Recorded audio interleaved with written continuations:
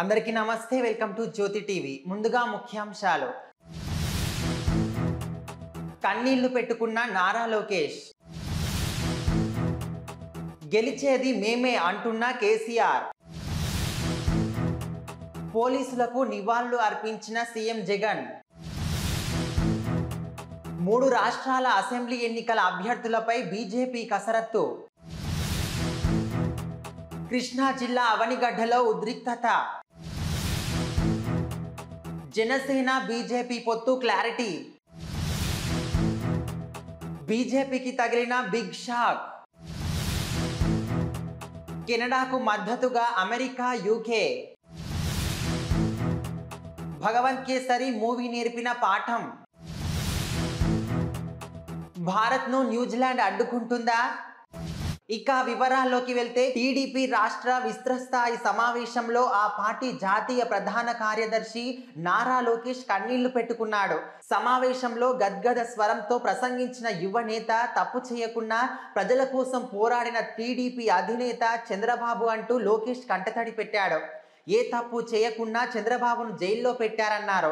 తమ ఆస్తులన్నీ బహిర్గతం చేశామని, డబ్బే సంపాదించాలని చంద్రబాబే భావిస్తే రాజకీయాలు అవసరం లేదని చెప్పుకొచ్చారు.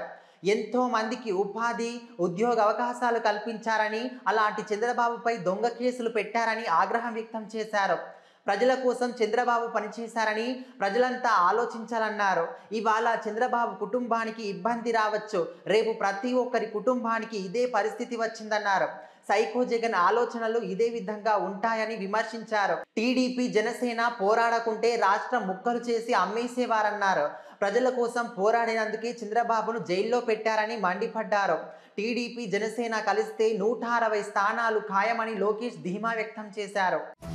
రాబోయే ఎన్నికల్లో భారాస గెలుపుపై తనకు ఏమాత్రం అనుమానం లేదని, 95 నుంచి 105 స్థానాల్లో గెలుస్తున్నామని ఆ పార్టీ అధినేత ముఖ్యమంత్రి కేసీఆర్ అన్నారు.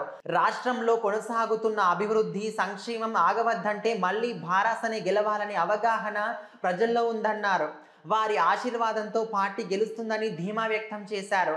మేడ్చల్ మల్కాజ్గిరి జిల్లా షామీర్పేట మండలం అంతాయిపల్లిలోని ఎస్ఎన్ఆర్ కన్వెన్షన్లో శుక్రవారం జరిగిన గజ్వేల్ నియోజకవర్గ కార్యకర్తల విస్తృత స్థాయి సమావేశానికి ఆయన ముఖ్య అతిథిగా హాజరై ప్రసంగించారు. రాష్ట్ర ప్రగతి ప్రస్థానం కీలక దశకు చేరుకుంది. ఇంకా చేయాల్సింది చాలా ఉంది. ఇందుకోసం ప్రతి ఒక్కరూ భారాస అభ్యర్థులను అత్యంత భారీ మెజారిటీతో గెలిపించుకోవాలని అన్నారు. అసాంఘిక శక్తులు అనే పదాన్ని పునర్నిర్వచించాలని ముఖ్యమంత్రి జగన్మోహన్ రెడ్డి అన్నారు. విజయవాడలో నిర్వహించిన పోలీసుల అమరవీరుల సంస్మరణ దినోత్సవంలో సీఎం పాల్గొన్నారు. ఈ సందర్భంగా పోలీసు అమరవీరులకు ముఖ్యమంత్రి నివాళులర్పించారు.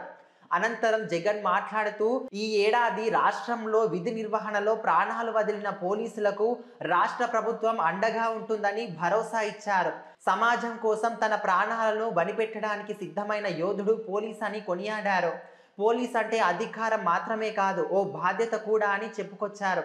ఈ ఉద్యోగం ఓ సవాలని, ముఖ్యంగా నేరం వేగంగా తన రూపాన్ని మార్చుకుంటున్న తరుణంలో సైబర్ సెక్యూరిటీ ప్రధానాంశమన్నారు.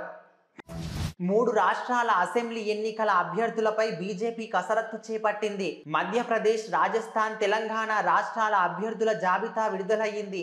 అభ్యర్థుల ప్రకటనపై ఎంపీ లక్ష్మణ్ మాట్లాడుతూ, 3 రాష్ట్రాల అభ్యర్థుల ఎంపికపై బీజేపీ కేంద్ర ఎన్నికల కమిటీ చర్చించిందని తెలిపారు. తెలంగాణ నుంచి 50కి పైగా స్థానాల్లో అభ్యర్థుల ఎంపిక కసరత్తు పూర్తి చేసి కేంద్ర ఎన్నికల కమిటీకి అందించామని, ఏ క్షణంలో అయినా అభ్యర్థుల ప్రకటన ఉంటుందని అన్నారు. అభ్యర్థుల ఎంపికలో బీజేపీ సామాజిక న్యాయం పాటిస్తుందన్నారు. సీట్ల కేటాయింపులో మహిళలు, బీసీలకు పెద్ద పీట వేసిన ఘనత బీజేపీకి దక్కుతుందన్నారు. మహిళలకు సీట్ల విషయంలో బీఆర్ఎస్ మొసలి కన్నీరు కారుస్తుందని ఎంపీ మండిపడ్డారు. కృష్ణా జిల్లా అవనిగడ్డలో ఉద్రిక్తత కొనసాగుతోంది.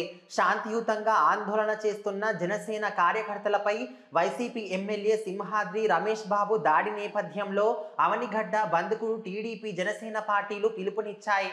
దీంతో వందల సంఖ్యలో పోలీసులు మోహరించారు. బాష్పవాయువు గోళాలు ప్రయోగించే వాహనంతో అవనిగడ్డ వీధుల్లో పోలీసులు కవాతు నిర్వహించారు.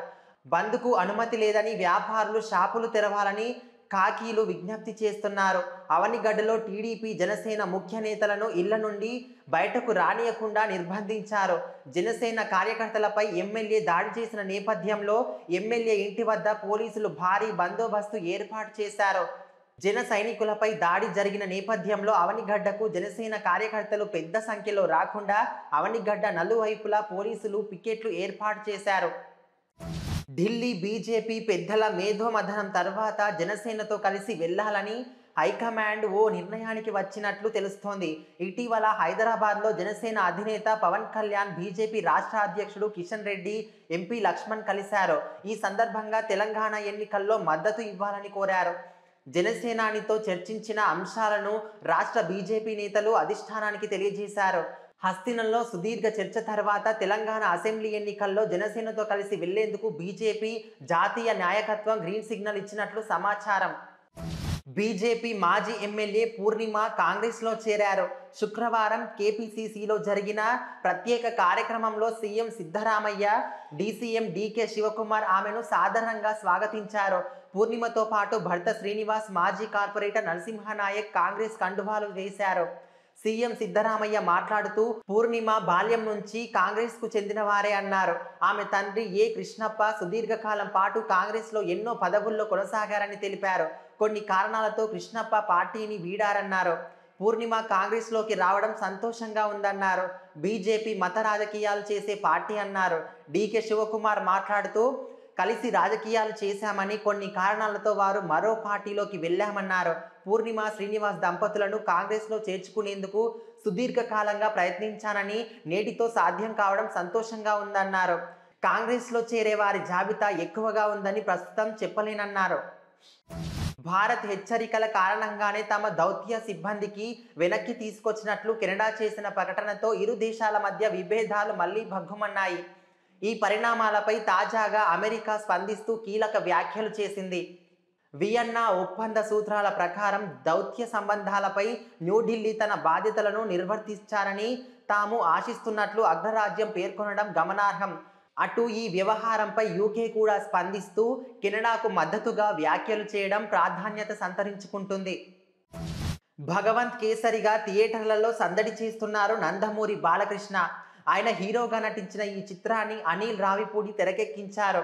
సాహు గారపాటి, హరీష్ పెద్ది సంయుక్తంగా నిర్మించారు. కాజల్ కథానాయిక, శ్రీలీల, అర్జున్ రాంపాల్ కీలక పాత్రలు పోషించారు. ఈ సినిమా ఇటీవల విడుదలైన నేపథ్యంలో హైదరాబాద్లో శుక్రవారం బాక్ బస్టర్ ప్రెస్ మీట్ ఏర్పాటు చేశారు. ఈ సందర్భంగా దర్శకుడు అనిల్ రావిపూడి మాట్లాడుతూ ఈ సినిమా శానా ఏళ్లు యాదుంటుందని ప్రతి ప్రచార కార్యక్రమంలో చెబుతూ వచ్చాం. దాన్ని ఈ రోజు నిజం చేశారు. చాలా సంతోషంగా ఉంది. నేను ఇప్పటి వరకు 6 సినిమాలు తీశాను, కానీ ఈ చిత్రం దర్శకుడిగా నాకు పూర్తి సంతృప్తినిచ్చింది. ఈ సినిమా గురించి అందరూ సామాజిక మాధ్యమాల్లో మాట్లాడుకుంటున్నారు. భావోద్వేగాలే ఈ చిత్రానికి ప్రధాన బలం, విజయానికి కారణం. ఇంట్లో ఓ తండ్రికి బిడ్డకు మధ్య ఉండాల్సిన అందమైన భావోద్వేగానికి అందరూ కనెక్ట్ అయ్యారు. ఆడపిల్లను సింహంలా పెంచాలనే మంచి సందేశం జనాల్లోకి వెళ్ళింది. బాలకృష్ణ అద్భుతమైన నటన గురించి ప్రతి ఒక్కరూ మాట్లాడుతున్నారు. ఆయన ఈ అవకాశం ఇవ్వకపోతే ఈ రోజు నేను ఇలా నిరూపించుకునేవాడిని కాదు. అలాగే విజ్జిపాప పాత్రను శ్రీలీల అద్భుతంగా చేసింది. ముఖ్యంగా క్లైమాక్స్లో వచ్చే యాక్షన్ ఎపిసోడ్ కోసం ఆమె ప్రత్యేకంగా శిక్షణ తీసుకొని నటించింది. ఈ దసరాకు మాకింత పెద్ద విజయాన్ని అందించిన ప్రేక్షకులకు కృతజ్ఞతలు అన్నారు. ప్రపంచ కప్లో వరుస విజయాలతో దూసుకుపోతున్న టీమిండియా కీలక సమరానికి సిద్ధమవుతోంది. ఆడిన 4 మ్యాచ్లో గెలుపొంది పాయింట్ల పట్టికలో అగ్రస్థానంలో ఉన్న న్యూజిలాండ్తో ఆదివారం తలపడనుంది. అన్ని విభాగాల్లో పటిష్టంగా ఉన్న ఎదుర్కోవడం భారత్కు సవాలే. మరోవైపు కొంతకాలంగా ఐసీసీ టోర్నీల్లో టీమిండియాపై న్యూజిలాండ్ ఆధిపత్యం చెలాయించడం ఆ జట్టుకు కలిసొచ్చే అంశం. 2019 ప్రపంచ కప్ సెమీస్లో కివీస్ భారత్కు షాక్ ఇచ్చిన విషయాన్ని అంత సులువుగా మర్చిపోం. ఈ నేపథ్యంలో జట్ల బలాబలాలు, కొన్నేళ్లుగా భారత్పై కివీస్ ఎలా ఆధిపత్యం చెలాయించిందో ఓ లుక్కేద్దాం. వైఎస్ఆర్ కడప జిల్లా ప్రొద్దుటూరు మండలం కల్లూరు ప్రాథమిక ఆరోగ్య కేంద్రం పరిధిలోని తాళ్లమాపురంలో శనివారం ప్రభుత్వ ప్రాథమికోన్నత పాఠశాల వద్ద మండల తహసీల్దార్ నజీర్ అహ్మద్ ఆధ్వర్యంలో జరిగిన జగనన్న ఆరోగ్య సురక్ష వైద్య శిబిరంలో పాల్గొని ఆయన మాట్లాడుతూ ప్రతి ఇంటికి సంపూర్ణ ఆరోగ్యం అందించడమే లక్ష్యంగా ప్రభుత్వం జగనన్న ఆరోగ్య సురక్ష కార్యక్రమం చేపట్టిందని పేర్కొన్నారు. ఈ కార్యక్రమంలో వైద్య సిబ్బందికి సలహా సూచనలు చేశారు. వైద్య శిబిరంలో 429 మంది ప్రజలకు వివిధ రకాల ఆరోగ్య సమస్యలకు doctor Hanif Baba, doctor Mahalakshmi, doctor Shaikh Zarina, doctor Shaikh Hussain Basha, ophthalmic officer Teja సేవలను అందించి మందులను ఉచితంగా పంపిణీ చేసి ముగ్గురిని కడప రిమ్స్ కు రెఫర్ చేశారు. ICDS CDPO Aruna Kumari, supervisor Eshwari ఆధ్వర్యాన పోషకాహార కౌంటర్ ను ఏర్పాటు చేసి తక్కువ ఖర్చుతో ఎక్కువ పోషక విలువలు గల ఆహార పదార్థాలను కౌంటర్లో ప్రదర్శించారు. ఈ కార్యక్రమంలో ఎంఆర్ఐ నాగమోహన్ రెడ్డి, డిప్యూటీ తహసీల్దార్ సుదర్శన్, సర్పంచ్ మాచిరెడ్డి కొండారెడ్డి, ఉప సర్పంచ్ శ్రీనివాసుల రెడ్డి తదితరులు పాల్గొన్నారు. ఇక్కడ శిబిరాలు చేసినటువంటి గ్రామ ప్రజలకు, పత్రికా విలేకరులు, మీడియా ఎలక్ట్రానిక్ మీడియా వాళ్ళందరికీ నమస్కారములు. ఈరోజు మనకు రాష్ట్ర వ్యాప్తంగా జగనన్న ఆరోగ్య సురక్ష ఒక ప్రోగ్రాం జరుగుతుంది. దాదాపు ప్రతి సెక్రటరియట్లో కూడా దాదాపు 400 నుంచి 500 మంది దాకా వస్తున్నారు. ఇక్కడ మనం తాళ్లమాపురం చూస్తే ఇక్కడ 1196 హౌస్ హోల్డ్స్ ఉన్నాయి. అందులో ఏఎన్ఎం, ఆశా వర్కర్స్, అలాగే వాలంటీర్స్ ఇంటింటికి వెళ్ళి సర్వే చేసి పేషెంట్ను గుర్తించడం జరిగినారు. ఆ గుర్తిస్తూ వాళ్లకు ఆ టోకెన్ నెంబర్ ఇవ్వడం జరిగింది. దాదాపు 329 టోకెన్ ఇక్కడ రైజ్ చేశారు. సో ఉదయం ఇక్కడ ఉన్నటువంటి 1 డే బిఫోర్ మనం యాక్టివిటీస్లో భాగంగా ఒకరోజునే ముందుగానే ప్లాన్ చేసుకొని ప్రింట్అవుట్స్ తీసామంట. కేస్ షీట్స్ ప్రింట్అవుట్స్ ఎవరికైతే మనము ఆల్రెడీ టోకెన్ ఇచ్చారో మెడికల్ డిపార్ట్మెంట్ ఇచ్చి వాళ్లకు ప్రింట్అవుట్ తీసాం, అంటే కేస్ షీట్స్ ప్రింట్అవుట్ తీసాం.